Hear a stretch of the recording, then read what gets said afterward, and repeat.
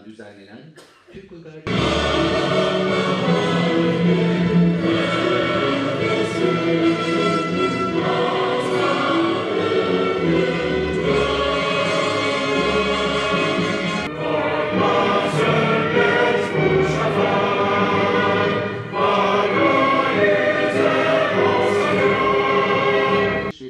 Türkiye ile Kırgızistan'ın en anlamlı projesi olarak Asya'nın 10. ve Kırgızistan'ın lider üniversitesi.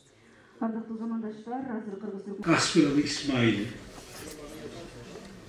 dilde, fikirde ve işte birlik şiarını ben çok beğendiğimi söylemek isterim. Bunu öğrencilerimizle, saygıdeğer öğretmenlerimizle, bilmeyen yoktur da ben yeniden söylemiş olayım. Dilde bir olalım, düşüncede bir olalım, fikirde bir olalım, işlediğimiz işte de bir olalım, hep birlikte olalım. Özellikle kongre fikrinin ortaya Türk'ün bir özelliği var. Türk hiç kessen hiçbir şey almamıştır. Türk her şeyini bölüşmüştür. Tarihini, ekmeğini, kültürünü, her şeyini bölmüştür. Türk'ün pantürkist eğilimde ben onu kabul edebilmiyorum. Ona göre de biz bu işimizi devam ettirmeliyiz ki biz bu dünyaya neler vermişiz. Aldığımız bir şey olmuyor. Kaybederek gitmişiz. Ona göre de bizim adımızın, kimliğimizi düzgün formalite edilerek, düzgün söylenilmesinden ötürü bizim bütün bilim adamları borçlular. Yalnız kendi aileleri karşısında yok, hem devleti hem Türkçülük dünyası, dünya karşısında vacipler. Biz onu öğrenmesek, başkaları onu benimseyecektir. Buna yol vermemek için bu konferansların böyle etkisi var, gerekliliği var. Evet, buradan bu kürsüden kullanarak hemçinin de söylemeyi isterim ki biz her zaman kardeşlerimizin yanındayız. Neyimiz varsa Kırgız, Özbek, Türkmen, Kazak Türkleriyle hepsini görüşmeye de hazırız. Ve bizim Kuzey Kıbrıs Türk kardeşlerimiz de emin olabilirler ki biz her zaman sizin yanınızdayız. merkezimiz Türk elde edilen bilimsel sonuçları 2 ay önce çok değerli büyüğümüz Türkiye Cumhuriyeti Cumhurbaşkanımız teşrif ettiler. Manas Üniversitesi ile ilgili çok kıymetli sözler ifade ettiler. Manas Üniversitesi'nin sadece Kırgızistan ve Türkiye'nin değil, Türk dünyasının gurur kaynağı olduğunu ifade ettiler. Tabii ki bu da bize hem gurur verdi, aynı zamanda da sorumluluklarımızı artırdı. Kırgızistan Cumhurbaşkanımız Sadır Japarov Beyefendi, Türk hakları ortak tarih ve kader birliğine sahiptirler. Bugün bu birliği eğitim, kültür ve bilimle daha ileri taşımak istiyoruz ifadesini kullanıyor. Kendisine saygı duyuyoruz, hürmet ediyoruz. 2 Cumhurbaşkanı tarafından bizzat takip edilen bir üniversite olmak da bize gurur veriyor, aynı zamanda sorumluluklarımızı artırıyor. Bu kongreyi düzenleyen başta Yürütme Kurulu Başkanı Mehmet Arif Özerbaş hocama, emeği geçen Sayın Rektör Yardımcımız Recai Doğan'a, Genel Sekreterimize, Rektör Vekilimiz Almaz Hoca'ya ve daha nice isimsiz fertlerimize, Manas ailesinin üyelerine teşekkür ediyorum. ortak değerlerin seçilmesi tesadüfi değildir. Halklarımızın ortak tarih Türk ellerinin rolü hayrandan canlanıp gelecek. Yani men işine bugünkü gündemde Türk Memleketler Uyumu'nun alkağında hazır Avrupalık okumuştular, Batış'ın okumuştular gayrayız otpaydı. Dünyanın tartibi gayradan özgürüp gelecek.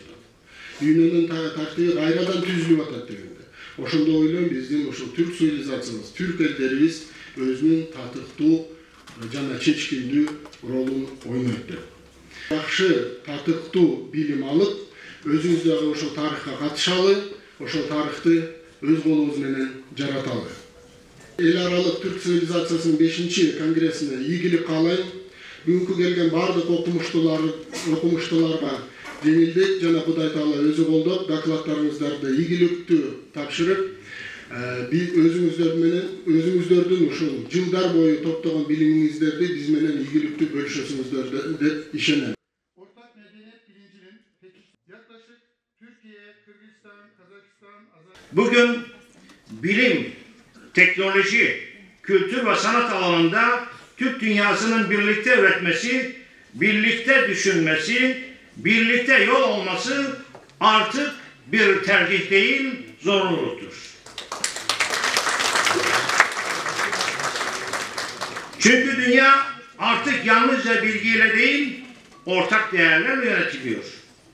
Ve biz bu değerleri en sağlam şekilde kendi tarihimizde, kendi hikayemizde, kendi geçmişimizde, kendi uygarlığımızda buluyoruz. Unutmayalım, kökü olmayanın gölgesi olmaz. Bizim ise köklerimiz sağlam, derin, gölgemiz ise geniştir. Ve bütün dünyayı kapsamaya da yeterlidir. ve araştırmacı katılım göstermektedir. Bilim insanları, sevgili öğrencilerimiz. Köklü geçmişten güçlü geleceği, işte köklü geçmiş genellikle dil, inanç, tarih, coğrafya, ortak değerler üzerine inşa edilmiştir. Peki güçlü gelecek? Bunu irdelediğimizde burada ne var? İşte burada bilim var, teknoloji var. Bugün hepimiz biliyoruz ki savunma sanayi, bilim, yapay zeka gibi konularda eğer güçlü değilsek köklü geçmişimizi pekiştirerek tutmamızın da bir faydası olmayacağını biliyoruz. Bu nedenle Türk uygarlığı bütün kıtalara tesir etmiş bir uygarlık olmakla birlikte belki de bundan sonraki konferansların temasında Türk uygarlığının güçlü geçmişi temalarıyla bilim ve teknolojide nasıl güçleniriz bu temalarla devam ettirmemiz gerektiği inancındayım. Alparslan Ceylan, hürmetli rektör. Tarih göstermiştir ki Türkler bu büyük sivilizasyonların birçoğunun yaratıcısı, birçoğunun ise aparıcı şekilde temsil olunan iştirakçılar oldular. İmumiyetle Türk halkı dünyada sivilizasyon yaratan halk kimi özünü ispat etmiştir. Çingiz Aytmatov'la dünya edebiyatını fethetmek kudretini göstermiştir.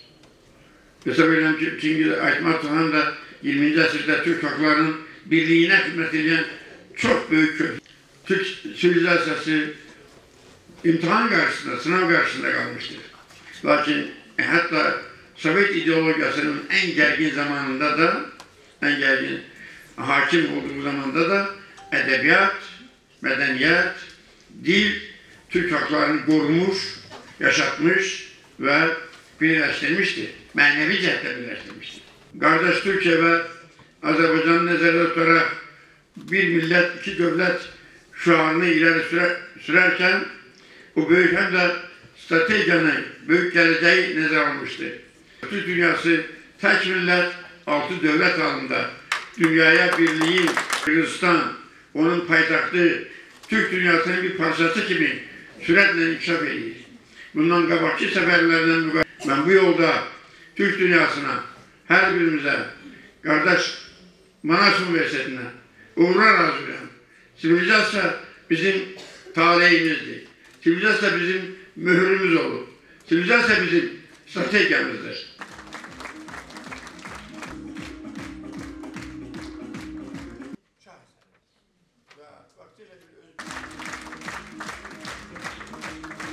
Değerli misafirlerimiz ve varlığımızın sebebi olan sevgili öğrencilerim, 5. Uluslararası Türk Uygarlığı Kongresi'ne bizleri onurlandırdığınız ve bu anlamlı buluşmaya katkı sunduğunuz için hepinize içtenlikle teşekkür ediyor. Sizleri saygı ve muhabbetle selamlıyorum. Elbette ki bu oturumda sayın önemli katkılar sağlayan Değerinizde mümkün çözümümüzler için 4 yıldan beri biz Bismillahirrahmanirrahim öyle bir kelimedir ki o Türk birliği, Türk uygarlığı hakkı.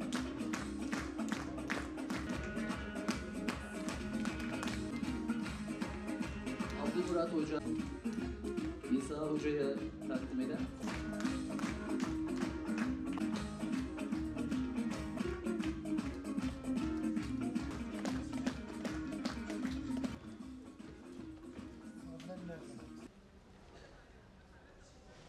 Çekiyoruz hocam.